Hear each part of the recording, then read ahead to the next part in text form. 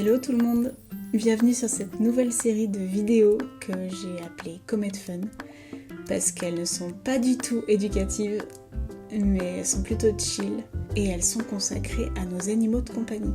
Donc dans cette série j'ai posé des questions assez insolites à ChatGPT, pas pour plus apprendre à connaître Comet, mais plutôt pour savoir quelle personnalité elle aurait si elle était humaine. Et puis comme vous voyez elle est là, elle est jamais loin.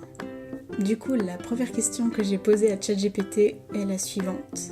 Les animaux sont-ils influencés par l'astrologie ? Est-ce que nos signes du zodiaque influencent leur caractère ? Ont-ils des signes à eux ? Ouais, je me pose des questions bizarres quand même. Ce à quoi il répond : c'est une question originale. Ah bon ? On doit pas souvent la lui poser. Officiellement, l'astrologie est un système symbolique humain, et il n'existe aucune preuve scientifique que les étoiles influencent le comportement des animaux. Cependant, certains amateurs d'astrologie et propriétaires d'animaux aiment attribuer un signe astrologique à leurs compagnons en fonction de leur date de naissance, et trouvent parfois des correspondances intéressantes avec leur personnalité. Les animaux ont-ils des signes du zodiaque ? Si on suit le principe de l'astrologie occidentale, un chien né le 10 avril serait Bélier, un chat né le 22 juillet serait Cancer, etc. Certains propriétaires affirment que leurs animaux reflètent certains traits des signes. Un chien Sagittaire aventureux, un chat Scorpion mystérieux. C'est pas très original, hein. L'astrologie influence-t-elle leur caractère ? Là où ça devient amusant, c'est que l'astrologie repose aussi sur l'interaction avec l'entourage. Certains pensent que le signe du propriétaire pourrait influencer l'animal, soit parce qu'il adopte inconsciemment son énergie, ça j'y crois énormément, soit parce que la compatibilité entre certains signes créerait des liens particuliers, comme chez les humains quoi. Existe-t-il une astrologie spécifique aux animaux ? Il existe des approches alternatives comme l'astrologie chinoise, où chaque année correspond à un animal. Certains astrologues ont aussi tenté de créer des systèmes basés sur les instincts et comportements des animaux, mais rien d'aussi développé que pour les humains. Bref, même si c'est plus une question d'interprétation que de science, pourquoi ne pas s'amuser à découvrir le signe de ton animal et voir si ça lui correspond ? C'est ce qu'on veut tous savoir.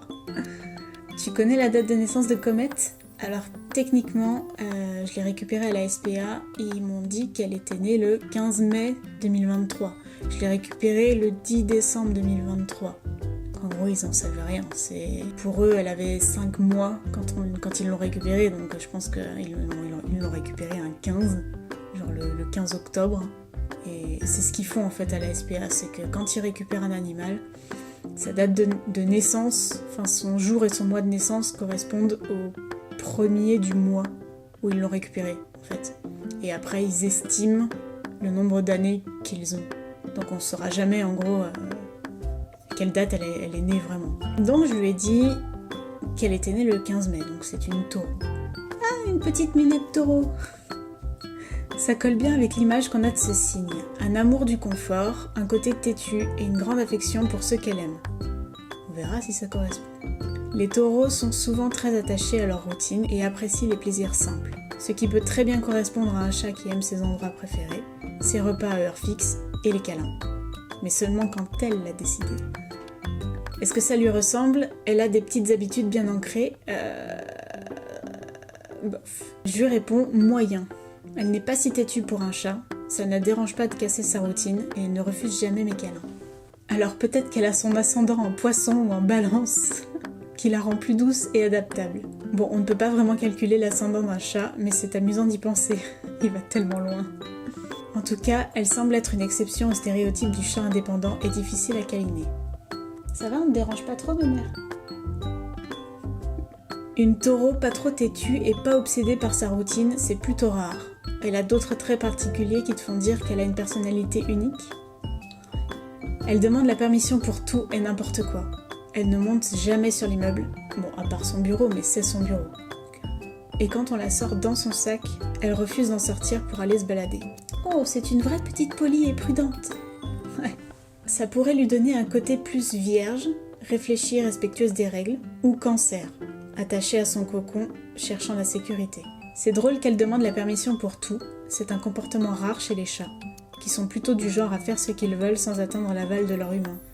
J'avoue, elle est assez exceptionnelle pour ça. Mais je pense que c'est qu'elle a vécu des trucs assez compliqués quand elle était tout bébé, vraiment. Et pour les sorties, Peut-être qu'elle se sent plus en sécurité dans son sac, ou qu'elle est une petite casanière dans l'âme. Tu as déjà essayé de la laisser explorer un peu en douceur, ou elle préfère clairement rester dedans quoi qu'il arrive?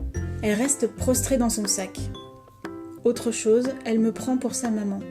Quand je viens vers elle, elle cherche à frotter son visage contre le mien. Elle mouline souvent sur moi, et me parle beaucoup. Je suis son repère, sa référence pour tout. C'est tellement vrai. Oh, c'est trop mignon, qui me dit. ChatGPT a des sentiments. Comet semble avoir un lien hyper fort avec toi, presque comme un chaton avec sa mère. Le fait qu'elle frotte son visage contre le tien et qu'elle pétrisse, moi je dis mouliner, hein. Chacun son vocabulaire. Et donc du coup, et qu'elle mouline sur toi, sont des signes clairs d'attachement profond.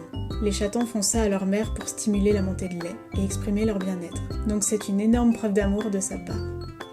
Le fait qu'elle te parle beaucoup montre aussi qu'elle cherche à communiquer spécifiquement avec toi. Certains chats développent un langage vocal plus riche avec leur humain, quand ils se sentent en confiance et très proches d'eux. Et je parle aussi un peu le chat, donc ça aide. Pour son comportement en extérieur, ça semble être une question de sécurité et de repère. Peut-être qu'elle ne se sent tout simplement pas à l'aise en dehors de son environnement connu.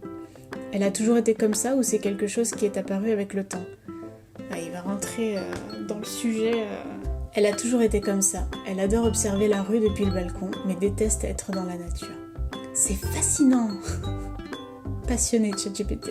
Elle aime voir le monde de loin, en sécurité, mais ne veut pas y être directement. Ça pourrait être lié à son tempérament prudent et à son fort attachement à son environnement familier. Certains chats sont naturellement plus casaniers et d'autres ont peut-être eu une expérience marquante qui les a rendus méfiants. En vrai, elle a été retrouvée par la SPA dans une maison avec une autre minette.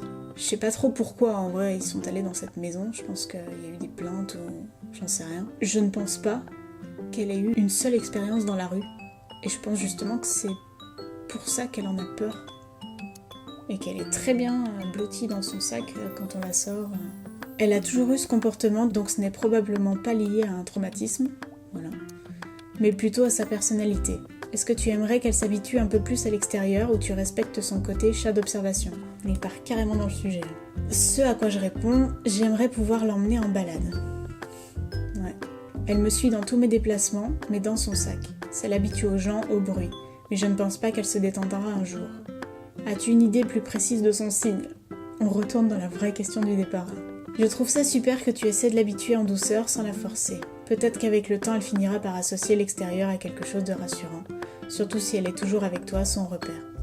Mais oui, certains chats restent des observateurs prudents toute leur vie, et ce n'est pas forcément un problème tant qu'elle est heureuse. Et elle est très heureuse. Regardez-la, elle dort comme un bébé. Pour son signe, on est là pour ça. Vu ce que tu me décris, je dirais qu'elle n'a pas tant l'énergie d'un taureau classique, qui aime la stabilité, mais peut-être plus têtue et gourmand. Elle est quand même gourmande. Elle me fait plus penser à un mélange de cancer, hyper attachée à toi, très douce, recherche de sécurité, et de vierge, précautionneuse, respectueuse des règles, et aime observer plutôt qu'agir. Si elle était humaine, elle serait probablement quelqu'un de très affectueux mais discret, qui préfère rester dans son cocon, plutôt que de s'aventurer dans l'inconnu. En tout cas, elle a une personnalité vraiment unique, ça c'est clair.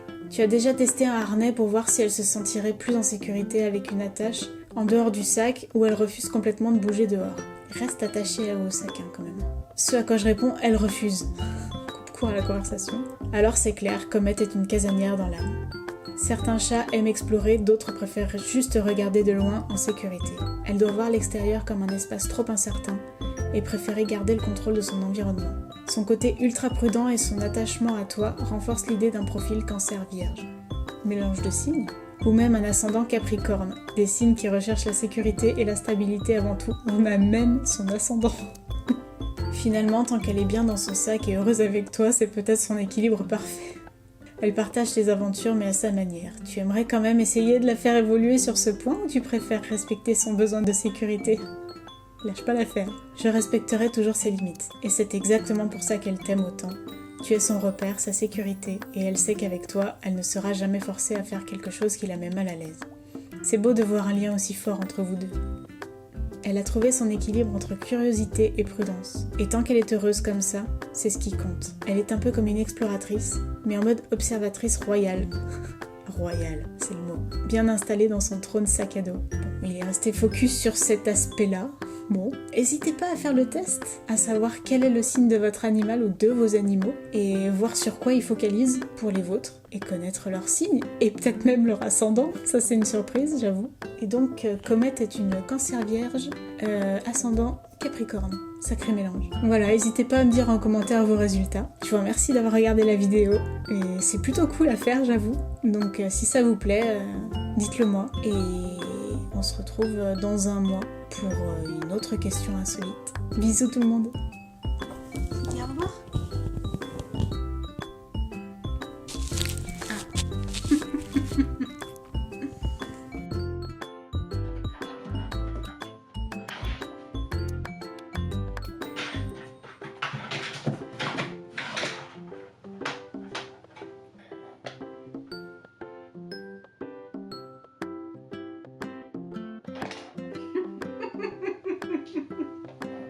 T'es un clown.